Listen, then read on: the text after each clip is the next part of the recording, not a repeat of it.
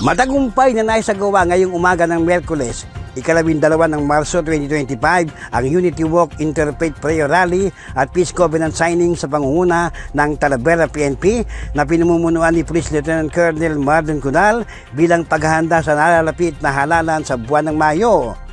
Ang mga pangunahing dumalo sa nasabing aktibidad ay sina Vice Mayor Nery Santos Martinez na tumatakbo bilang mayor kasama ang kanyang running mate na si Mayor J.R. Santos na tumatakbo naman bilang Vice Mayor para sa Team Kaunlaran. Kasama rin nilang dumalo ang kanilang mga katunggali, sina Konsehal Aris Gaboy na tumatakbo para sa posisyon ng mayor at ang kanyang running mate na si dating Vice Mayor Junjun Rogel na tatakbo naman bilang Vice Mayor para sa Puwersa ng Pag-asa. Kumpleto rin ang mga kandidato para sa konsehal mula sa magkabilang grupo. Sa mensaheng binitiwan ni Police Lieutenant Colonel Cunal, binigyan din niyang mahigpit nilang babantayan ang halalan at hindi papayagan ng anumang insidente na magdudulot ng kaguluhan. Aniya, hanggang sa kasalukuyan ay maayos ang sitwasyon sa Talavera. Wala po tayong nakikitang anumang banta o posibilidad na magkaroon ng maitalaman sa pagiging election spot po ito ang bayan ng Talavera. Wala po tayong nakikita dahil maayos po at magkaibigan po yung bawat magkabilang panig dito.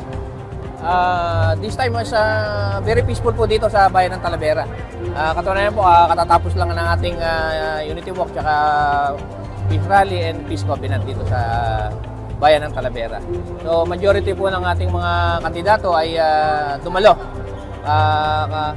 para po ilahat ng kanilang commitment para sa maayos mapayapang halalan 2025. Samantala, kabilang din sa mga dumalo ang mga kinatawan mula sa BIR, DILG, Philippine Army, DepEd, mga kinatawan ng iba't ibang religious sector, Liga ng mga Barangay at COMELEC. Kaugnay ng nalalapit na halalan, nagbigay din ng panawagan si Cunal sa mga may-ari ng baril na ang mga lisensya ng kanilang mga armas ay pasamantalang mawawalan ng bisa, kaya sinihikayat silang ilagak muna ang kanilang mga baril habang inaayos ang kanilang mga papeles. Sa huli, tiniyak ni Cunal na magiging tapat at walang kinikilingan ang Talavera PNP sa panahon ng halalan.